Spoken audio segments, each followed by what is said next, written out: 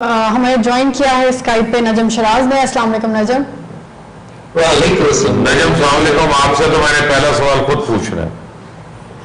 وہ کیا موشی بھائی؟ جب آپ بڑی پیک پہ تھے اور ایز سنگر آپ کے پیسے کمانے کا ٹائم آیا تھا, آپ اپنا آ گئے, مسلمان ہو گئے, اور آپ نے سارا, آپ کو ڈر نہیں لگا کہ یار یہ ابھی میں کما لوں 1-2 سال اس کے بعد کر لیں گے, چھوڑ دیں گے, یہ ابھی میں کیوں چھوڑ رہا ہوں؟ وہ بابر صاحب آپ کو ڈائریکٹ ہی لے گئے اس طرف.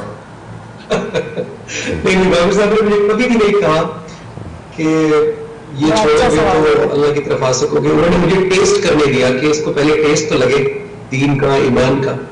تو سچ بتاؤں آپ کو کہ وہ تمام نشے دور ہو گئے جب ایمان کا نشہ ٹیسٹ صحیح لگ گیا دل کو. اور دوسری چیز, جب اللہ والا رزق یعنی جو ينزل من السماء رزقا, جو اس کے اسماء اس کے کلمات والا جو رزق ہے, جس میں صبر بھی ہے, شکر بھی ہے, قناعت بھی ہے, اور علم بھی ہے, حکمت بھی ہے, نور بھی ہے, اس کی کمپینین شپ بھی ہے, اور بہت کچھ ہے.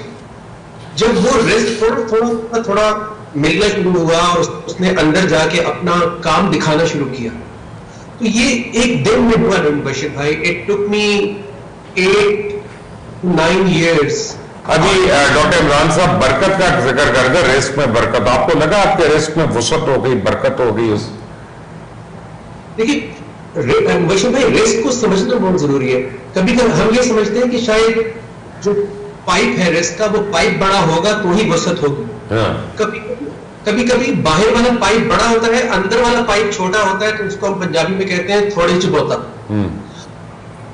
اندر والا پائپ بھی اللہ وسیع کر دیتے ہیں.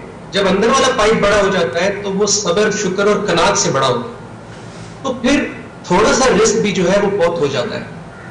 آپ میری زندگی میں سٹریس کبھی بھی اس سے نہیں آیا کہ میں کھانا کیسے کھاؤں گا. میری زندگی میں سٹریس یہ آیا کہ میرے پاس وہ چیز نہیں ہے, اس کے پاس یہ والی گاڑی ہے, میرے پاس یہ والی گاڑی نہیں ہے, اس کے پاس یہ والا فون ہے, میرے پاس یہ والا فون نہیں ہے. بہت بڑا سٹریس نہیں ہے, کوئی چھوٹا سٹریس تو نہیں ہے. ہمیں ڈیزائر سے سٹریس آتا ہے.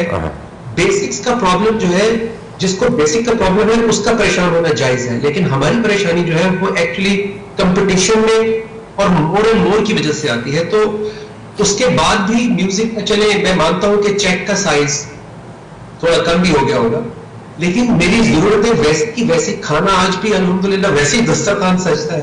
یہ بتائیے کہ رمضان میں سنا جاتا ہے کہ رزق بڑھا دیا جاتا ہے, تو اس پہ اگر اللہ بڑھا دیتا ہے رمضان میں رزق, لیکن ہم دیکھتے ہیں رمضان میں ہی سب سے زیادہ مہنگائی بھی ہوتی ہے, لوگ ہر کاروبار میں دیکھتے ہوتے ہیں, تو وہ اللہ کا وعدہ تو نہیں ہے نا. وہ ایک ہمارا تقوی کی کمی کیوں ہے کہ ہم اس پہ یقین کیوں نہیں اس بات پہ پھر رکھتے؟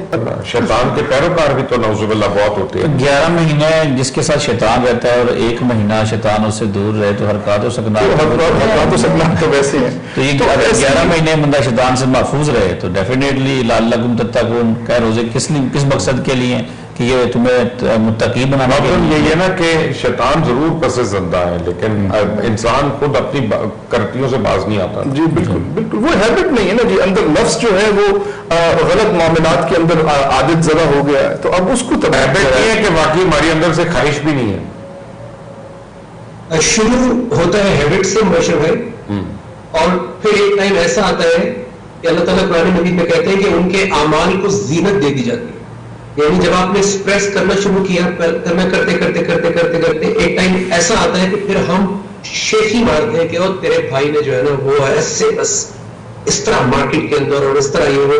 ہم نے بھی ایک زمانے میں بہت شیخیاں ماری, اپنے غلط چیزوں پہ بھی ماری شیخیاں, لیکن شروع یہ ہوتا ہے پہلے وہ ٹیسٹ کرواتا ہے شیطان آپ کو برائی, پھر کرتے کرتے کرتے وہ ہیبٹ بنتی ہے. پھر وہ جو اندر تھی فَأَلْهَمَهَا فُجُورَهَا وَتَقْوَاهَا, وہ اتنا کھلایا ہم نے اس کو فجور کہ وہ تقویٰ بیچارہ بالکل ہی دب کے رہ گیا, اور ایونچولی وہ اس نے فجور نے ٹیک اوور کر لیا. تو ایمان کے ذریعے میں یہاں پہ ایک چیز مبشر بھائی ضرور کہنا چاہوں گا کہ رزق کو سمجھنا بہت ضروری ہے, اور رزق کو سمجھانا بہت ضروری ہے, کیونکہ لوگ ڈھونڈ رہے ہیں, لوگ پیاسے ہیں, لوگ سب ایسے نہیں ہیں کہ وہ ہر وقت اپنی تھوڑیاں اور اپنے پیٹ بھرنے کے چکر میں ہیں.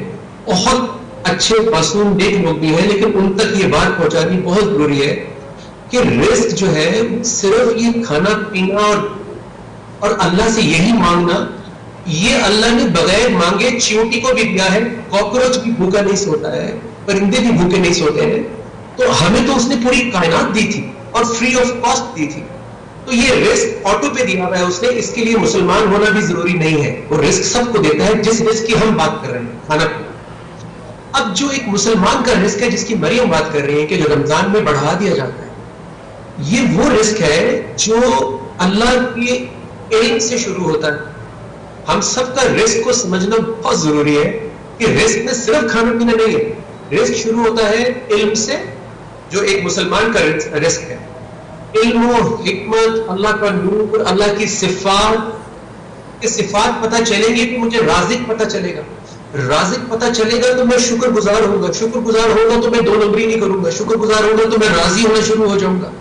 اللہ کے رسول صلی اللہ علیہ وسلم کی زندگی اس بات کی دلیل ہے کہ جو اللہ نے ان کو رزق دیا, جو اقرا سے شروع ہوا, باقی رزق تو سب کو مل رہا تھا, وہ تو ابو جہل کے پاس بھی تھا, لیکن خاص کیا وہ انہوں نے 23 سال خرچ کیا اپنے علم کو, اپنی جو اللہ نے ان کے اندر صفات پیدا کی تھی قرآن حکیم کے ذریعے, جو قرآن مجید کی تبلیغ تھی, وہ بھی رزق ہی تھا.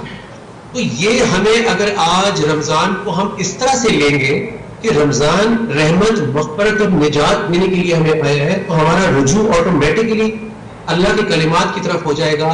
توبہ کے ساتھ جائیں گے تو آہستہ آہستہ آہستہ آہستہ ہمارے اندر صبر, توکل, یقین, اللہ پر یقین.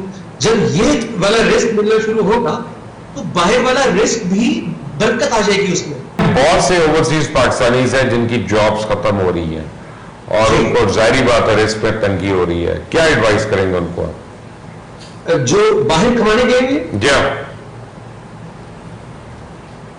اور ان کے رزق میں تنگی ہو رہی ہے. ہاں, کیونکہ اب نوکریاں جا رہی ہیں نا, واپس بھیج رہے ہیں, یہ کر رہے ہیں, ادھر کام نہیں ان کے لیے, ادھر جگہ نہیں ہے. جی, اس کو صرف اور صرف آزمائش سمجھ کے, کیونکہ ایک مسلمان جو ہے وہ آزمائش میں سب سے پہلے اپنے ہاتھ دیکھتا ہے کہ کیا میرے ہاتھ تو اس میں انوالو نہیں ہے, کہ میرا قصور تو نہیں ہے. اگر نہیں ہے تو پھر یہ آپ کے اوپر ایک آزمائش آئی ہے.